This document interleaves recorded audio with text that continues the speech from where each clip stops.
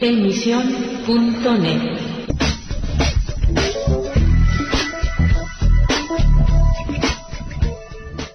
Bienvenidos a Emisión.net. Les habla Esperanza Suárez. Estamos en el tiempo de entrevista.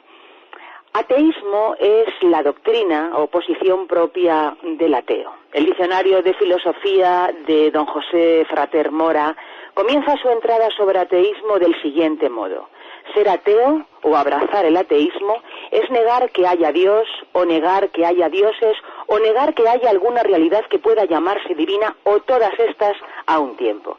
El término ateo tuvo su primer uso en la Roma antigua para designar a todo aquel que no creyera en los dioses del panteón romano en particular y, curiosamente, a los cristianos. ¿Qué les parecería a ustedes, amigos, si hoy habláramos en este tiempo de entrevista con alguien que en su día fue ateo, pero hoy quiere explicarnos por qué dejó de ser ateo? Tenemos ya vía telefónica a Josué Ferrer. Bienvenido, Josué. Hola, muchas gracias.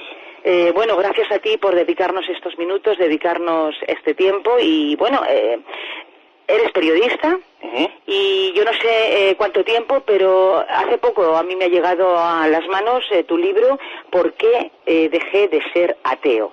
Sí. Es una pregunta que desarrollas en todo el libro y dices en el prólogo que ahora está de moda ser ateo y relegar la fe a lo íntimo. No sé, ¿fue esta tu experiencia? Cuéntanos un poquito, Josué. Bueno, mi experiencia no fue esta exactamente, es decir, yo realmente era ateo, más que ateo, ateísta, ¿no? Es decir, una persona profundamente anticlerical, sí. Y no solamente no creía en Dios, sino que trataba de destruir la fe de las personas que, bueno, pues que eran creyentes.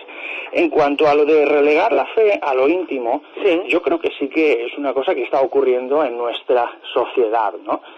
Cada vez hay más políticos que son ateos y, bueno, muchas veces de corte izquierdista, eso sí. Tampoco importa, pero que insisten en que los cristianos está muy bien que tengamos nuestras ideas, pero que las ideas se tienen que quedar en casa y que nosotros no tenemos derecho a influir en el resto de la sociedad. Y esto es una aberración, porque dices, bueno, está bien, nosotros no podemos influir, pero el resto sí. Los ateos sí que pueden influir sobre el resto de la sociedad, sí. El colectivo homosexual puede influir sobre el resto de la sociedad. Hay montones de colectivos, empresarios, sindicatos, feministas, ecologistas, los cineastas, el Islam, el colectivo homosexual, que todos tratan de arrimar el ascua a su sardina y de influir en la vida pública con sus ideas.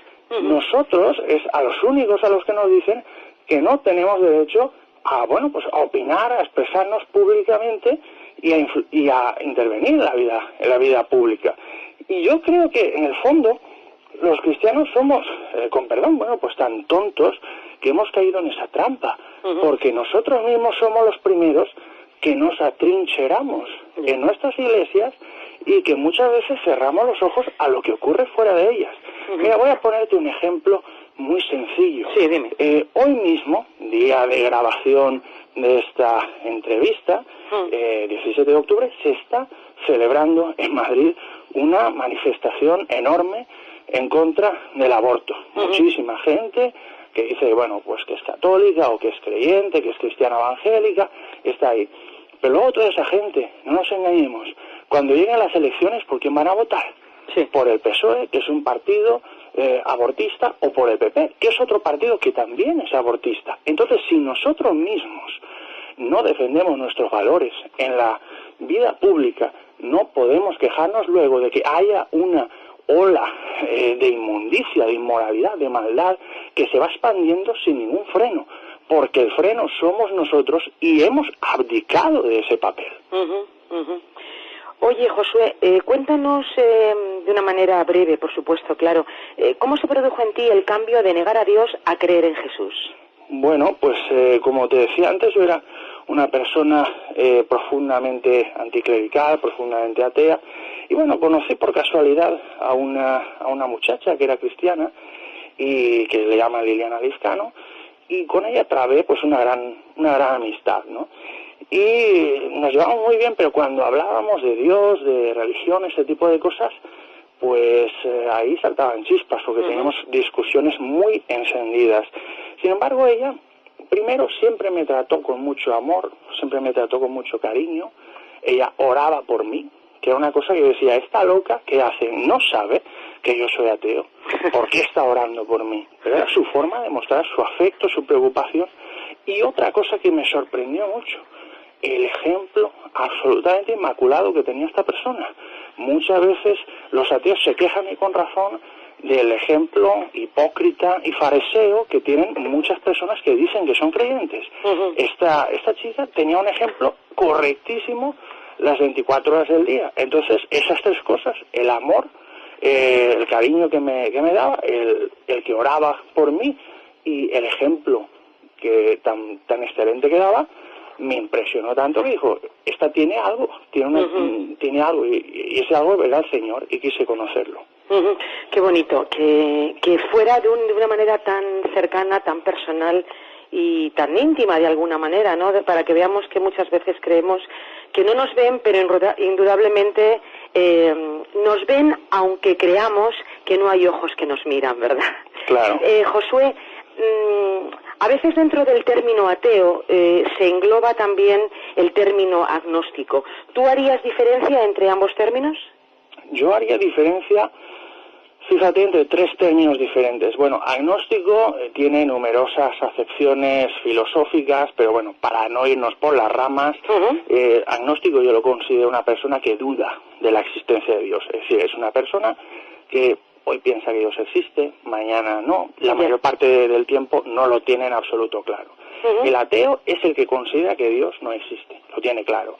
Y luego la persona ateísta es la persona que no solamente niega la existencia de Dios, sino que trata de destruir la fe de otras personas que son creyentes, trata de propagar el ateísmo y suele ser una persona pues muy anticlerical. Y en este caso concreto, este caso último, era pues mi situación personal. Ya. Bueno, en tu libro tengo entendido que tú presentas una serie de cuestionamientos que hace el ateo desde la perspectiva de la ciencia. ¿Cuál crees tú que es la que realmente más impide al ateo buscar a Dios, o simplemente son excusas para no creer? Yo no creo que sean excusas, son convicciones falsas que tienen, pero son convicciones. En general, el ateo, de forma resumida, podemos decir que identifica la ciencia con progreso y la religión o Dios con retraso, ¿vale? Dios, el cristianismo, para la mentalidad de un ateo, pues supone una rémora del pasado que nos impide avanzar. Pues son supersticiones, son supercherías, es cosas de gente ignorante, y la ciencia representa todo lo contrario, es el progreso, es el avance de la sociedad. Precisamente por eso, porque los ateos tienen la ciencia en una alta estima, es que yo este libro lo he escrito con montones de citas de científicos que dicen, que aseguran que, bueno, pues que creen en Dios, y con numerosos argumentos científicos para hacerles ver a los ateos que la existencia de Dios es más que razonable. Bueno, una de las cosas que tú respondes es al prejuicio de que creer en Dios es irracional. Te voy a hacer la pregunta ahora cambiada. ¿Realmente es racional creer en Dios? Yo creo que es muy racional y muy razonable creer en Dios.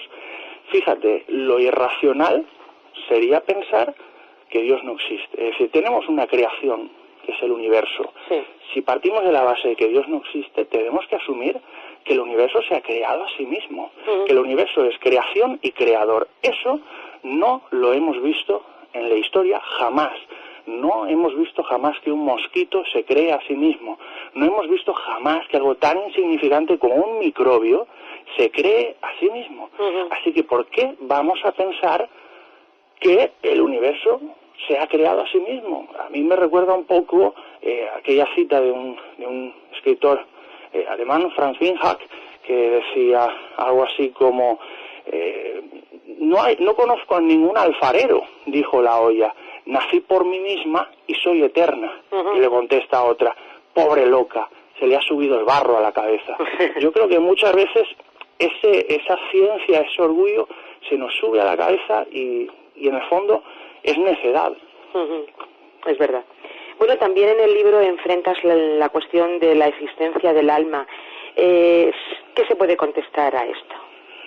Yo creo que la existencia del alma del alma o del espíritu, como queramos llamar, es una realidad muy palpable, no solamente desde un punto de vista teológico o religioso, sino desde un punto de vista científico. Piensa una cosa, los científicos nos dicen que los seres humanos, las personas, vivimos en 4 dimensiones, 3 dimensiones que son espaciales, altura, anchura y profundidad, y una dimensión temporal, que es el tiempo. Pero nos aseguran los propios físicos que existen en el universo muchas más dimensiones.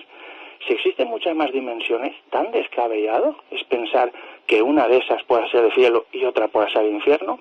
Además, pensemos una cosa también, ¿por qué el ser humano fallece?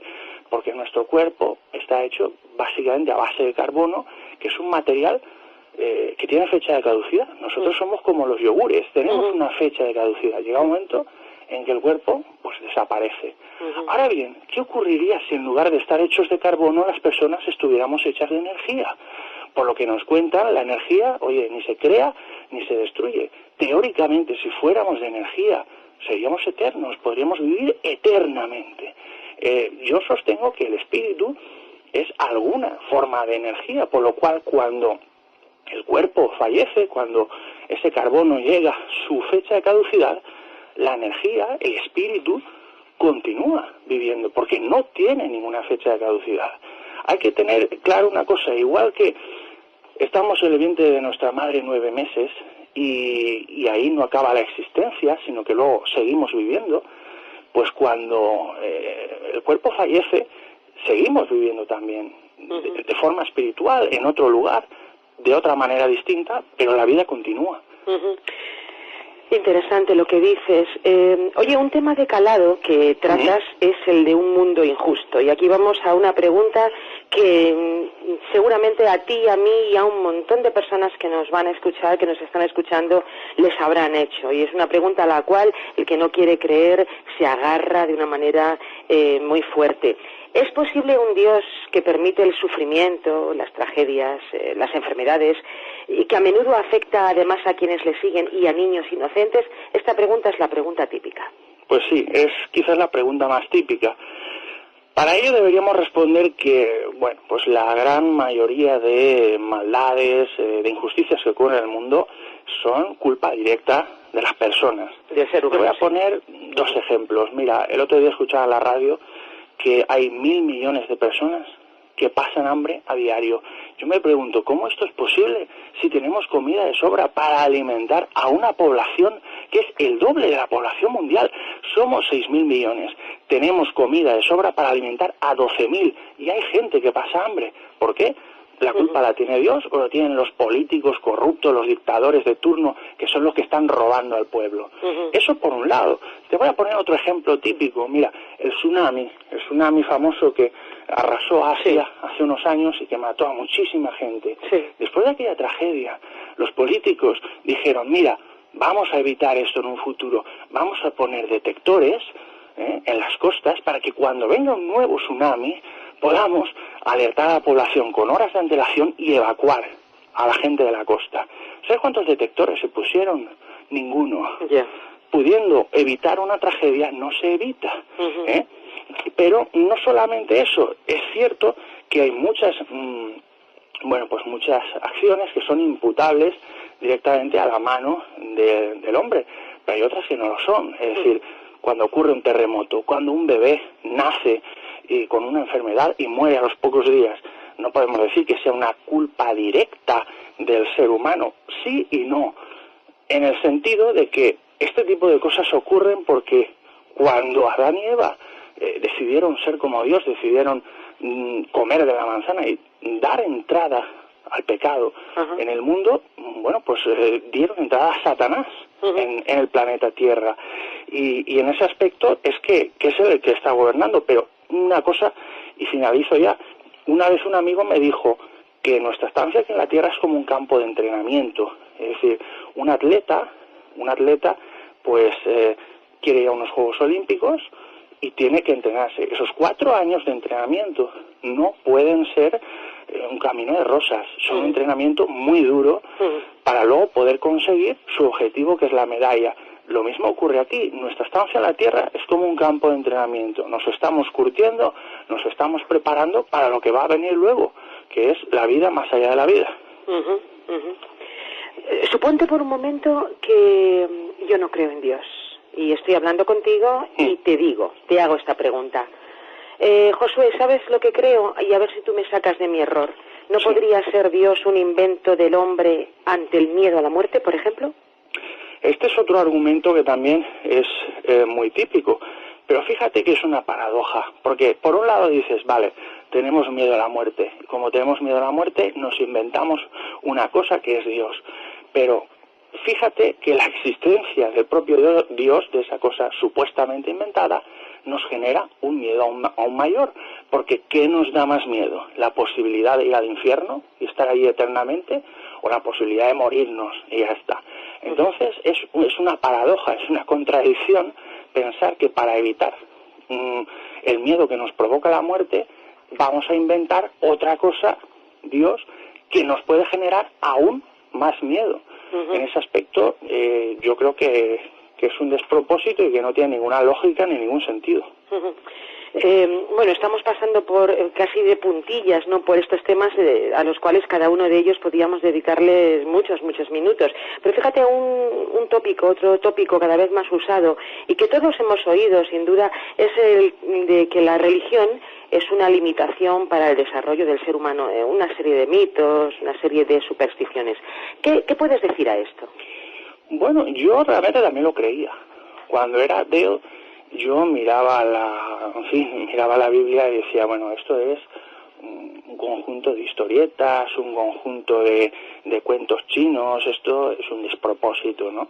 Pero claro, luego ves que se empiezan a hacer investigaciones arqueológicas y hay arqueólogos que comienzan a certificar lo que dice la Biblia, o se documentan manuscritos de la antigüedad en la que, bueno, pues te certifica las cosas que pone la Biblia. Científicos que comienzan a encontrar pruebas que nuevamente indican que detrás de lo que dice la Biblia hay un pozo de verdad. Entonces dices, oye, no puede ser que todo esto sean cuentos chinos si luego los científicos están demostrando que las cosas que dice la Biblia ocurrieron realmente. En ese aspecto, la Biblia no solo no es un libro de leyendas o de historietas, sino que yo considero que es la palabra de Dios y sobre todo es también la fuente bibliográfica más importante de la antigüedad, pero vamos, sin ningún género de dudas. Eso también lo creemos nosotros. Oye, otra razón que se oye muy a menudo es que hay personas que dejan de creer en Dios porque los religiosos dicen una cosa y hacen otra. Eso también pasaba en los tiempos del mismo Jesús. ¿Tú qué les responderías a ellos? Pues fíjate, les respondería por un lado que tienen razón parcialmente, en el sentido de que hay mucha gente que tiene un comportamiento hipócrita y un comportamiento fariseo. Pero fíjate, este tipo de cosas no es que ocurran ahora, han ocurrido siempre. Y han ocurrido siempre por una razón muy sencilla. Los creyentes, aunque somos creyentes, somos personas, somos humanos y tenemos nuestras flaquezas y nuestras debilidades. Fíjate, Jesucristo cuando vino al mundo, ¿a quién fue a escoger? No fue a escoger a los más santos, a los más inteligentes, a los que mejor conocían las Escrituras. Fue a escoger, mira, a Pedro, que es un tipo que le negó 3 veces, a Pablo, que era un asesino, Judas Iscariote, que era un traidor, Mateo, que era un traidor a su patria, Tomás, que era un incrédulo, María Magdalena, que era una adúltera, y un montón de apóstoles que en el fondo eran unos cobardes, porque luego a la hora de la verdad, cuando Jesucristo pues lo crucificaron, pues la gran mayoría salió corriendo y le dejó en la estacada. ¿Qué nos hace pensar esto? Jesucristo no quiere superhéroes, Jesucristo no busca supermanes, no busca a los mejores. Jesucristo busca a gente normal y corriente, con sus virtudes, pero también con sus miserias, para que si han llevado una vida incorrecta, si han llevado una vida de pecado, se arrepientan, le den un giro de 180 grados y inicien una nueva vida pensando en Dios. En ese aspecto, lo que le diría a todas estas personas es decirle, mira, en lugar de fijarte en lo que hace o dice el Papa o el cura o el pastor evangélico o San no sé quién o San no sé cuántos o tu vecino o el de más allá, ¿por qué no tomas ejemplo de Jesús?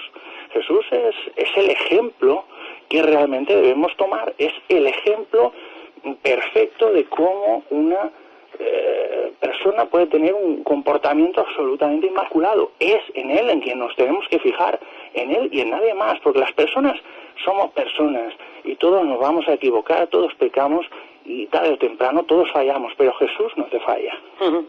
Claro, en definitiva, creer en Dios no depende de ser religioso, sino más bien de tener una relación íntima y personal con el Dios de la vida. Josué, por último, en tu última parte de respuestas, tú te centras en Jesús como el único camino a Dios. ¿No es esto de alguna manera exclusivista o una especie de complejo de superioridad con otras religiones? Bueno, me alegro de que hagas esa pregunta. ¿Sabes qué ocurre? Que mira, hay muchos nombres para la religión en el mundo, pero en el fondo todos ellos, a excepción de la cristiandad bíblica, todos encajan dentro de la misma categoría. Todas las religiones te explican que tú vas a conseguir un premio, llámale cielo, paraíso, nirvana, me da igual, y lo vas a conseguir mediante tus propios méritos. Ya sabes, haciendo buenas obras o cumpliendo con determinados rituales religiosos. La cristiandad bíblica es la única que te explica que todo esto no es suficiente, porque todas las personas tenemos pecado y como tenemos pecado quedamos destituidos de la gloria de Dios. ¿Qué ocurre entonces? Que al tener pecado nosotros no nos podemos salvar a nosotros mismos y lo que necesitamos es que venga una tercera persona, un Salvador, que es Cristo. La Biblia lo dice muy claro, solamente hay un camino para llegar a Dios y ese camino es Cristo. Voy a poner un ejemplo muy gráfico, sobre todo para las personas que no sean creyentes y lo van a entender enseguida. Imagínate una persona que no sabe nadar y se lanza a una piscina honda. Lógicamente, pues se va a ahogar. El resto de religiones le dirá, tranquilo, tú puedes salir de la piscina por ti mismo, por tus méritos vas a salir de la piscina, tú te vas a salvar. Y la cristiandad bíblica le dice, oye, tú no te vas a salvar por ti mismo. ¿No te das cuenta que no sabes nadar? Lo que necesitas es que entre un socorrista en la piscina y te rescate. Pues ese socorrista se llama Jesucristo. Jesucristo es nuestro Señor, nuestro Salvador. Por eso es tan importante aceptarlo como nuestro Salvador. De igual modo que una persona que no sabe nadar no va a poder salvarse a sí misma, tampoco una persona que tenga pecado va a poder salvarse a sí misma. Por eso es que necesitamos a nuestro Salvador, a nuestro socorrista personal, que es Jesucristo. Bueno, has explicado con ese ejemplo la salvación de una manera verdaderamente sencilla, pero al mismo tiempo ejemplar y capaz de ser entendido por todos. Tú hablas también de las profecías cumplidas de la Biblia. Personalmente, Josué, ¿cuál es la que más te impresiona o la que más destacarías? Bueno, esto lo podríamos relacionar un poco con lo que me preguntabas antes de la Biblia, ¿no? Mucha gente piensa que la Biblia es un libro de cuentos chinos, pero no es así.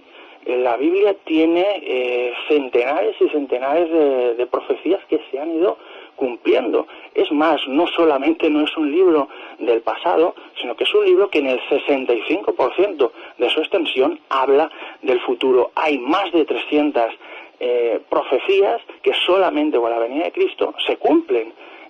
Pero a mí la que más me impresiona personalmente es la creación del Estado de Israel.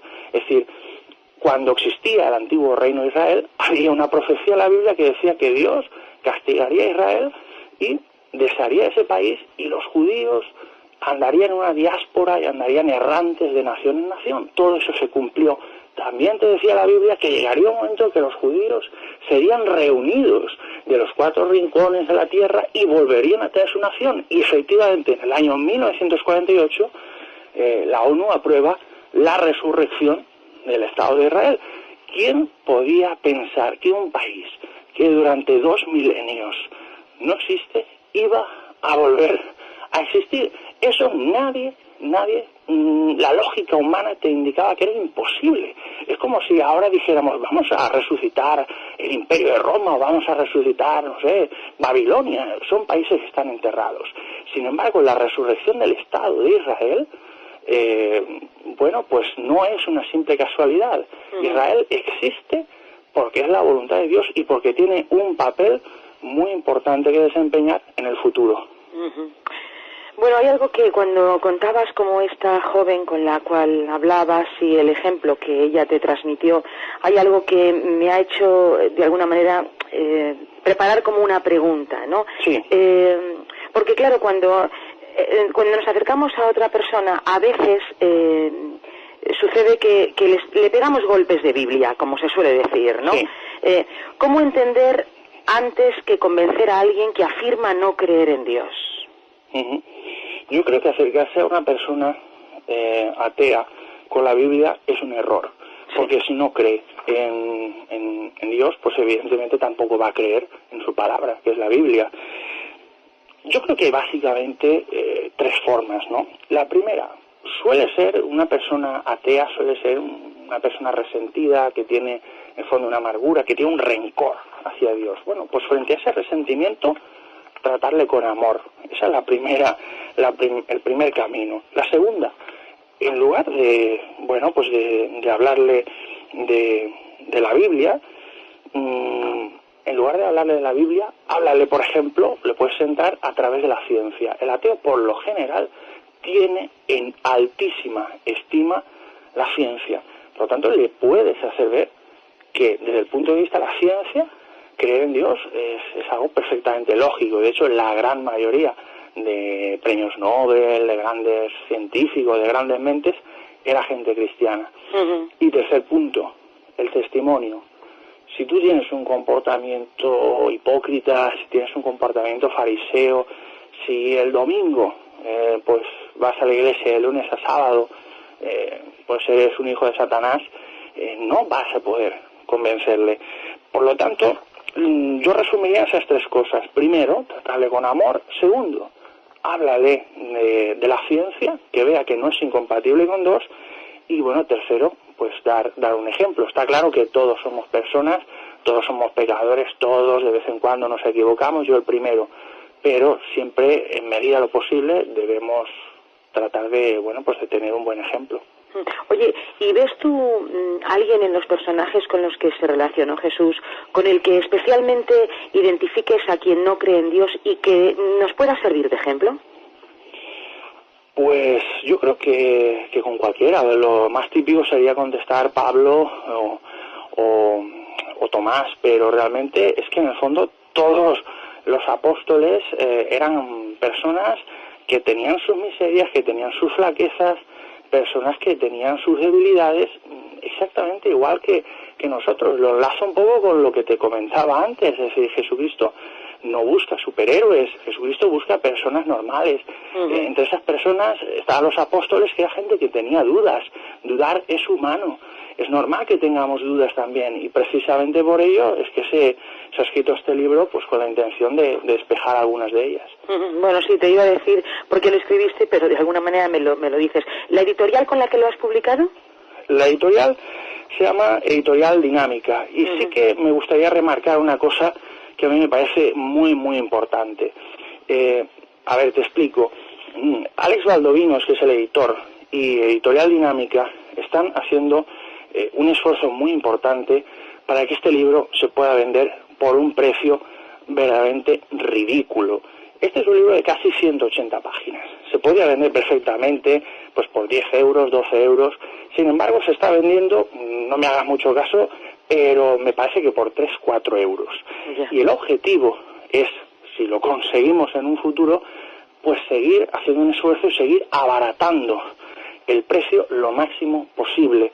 nuestro sueño sería que en un futuro este libro se pudiera vender por un precio absolutamente simbólico, por €1, €1,50, algo así. ¿Por qué? Pues por una razón muy sencilla. Hay muchísima gente atea que por no conocer al Señor se está perdiendo, y nosotros queremos que este libro pueda llegar al máximo número posible de ateos. Yo quiero dejar bien claro una cosa, es un libro que no se ha escrito con la intención de ganar dinero, se ha escrito con la intención de ganar almas. Ese es nuestro objetivo. Si en un futuro este libro pudiera comercializarse a un precio de €1, por poner un ejemplo, ya te puedes imaginar que la editorial no se ha metido en esto por dinero, ni yo me he metido en esto por dinero, porque no me deja nada. Lo importante es poder salvar almas. Y yo creo que este es un libro que, bueno, yo no digo que un ateo lo lea y se vaya a convertir de la noche a la mañana, pero sí que le va a hacer reflexionar mucho sobre sus argumentos, y sí que, pues si Dios lo quiere, el Espíritu Santo, al cabo de un tiempo, quizás pueda tocar su corazón, quizás pueda ablandar su corazón y pueda ganarse un alma. Para mí el objetivo de este libro es salvar almas. Con que se salvara una sola alma, yo me daba ya por ampliamente satisfecho. Pues seguro que sí. Oye, y para aquellos que quieran conseguir ese libro ya, ¿dónde se puede adquirir? Bueno, pues el libro se está comercializando sobre todo en América, Estados Unidos, Latinoamérica, y aquí en España, pues bueno, está entrando ahora en las librerías, por ejemplo, de CLC, Centro de Literatura Cristiana, podrá encontrarlo, y bueno, pues estamos trabajando a ver si también podemos distribuirlo por otras librerías cristianas, librerías seculares. En cualquier caso, si alguien quiere información, pues puede escribir a info@editorialdinamica.com y ahí le informarán de cualquier cosa. Pues perfecto, Josué. Mira, nos alegramos muchísimo de tus palabras, de haber dialogado este ratito contigo, y por supuesto nos alegramos mucho más de tu decisión por Cristo. Josué, hasta otro momento, hasta otra ocasión, y de verdad te deseamos lo mejor. Muchísimas gracias y bueno, pues que Dios os bendiga. Amigos, tan solo hemos tratado por encima temas que son de real importancia y que se encuentran reflejados en el libro de Josué Ferrer. Yo desde aquí les digo que lo compren. Es un libro fácil de leer, manejable, y que se puede tener en cualquier lugar de la casa, en el vehículo, cuando se pare, claro, el vehículo. En cualquier momento puede ser un libro no solamente bueno para leer, sino bueno para regalar a otros. Les recuerdo ¿Por qué dejé de ser ateo?, de Josué Ferrer, de Editorial Dinámica. Por mi parte yo lo dejo aquí. Les agradezco que hayan estado en este punto y les recuerdo simplemente que la semana próxima tendremos una nueva entrevista. Les habló desde Misión.net Esperanza Suárez. Pásenlo bien. Misión.net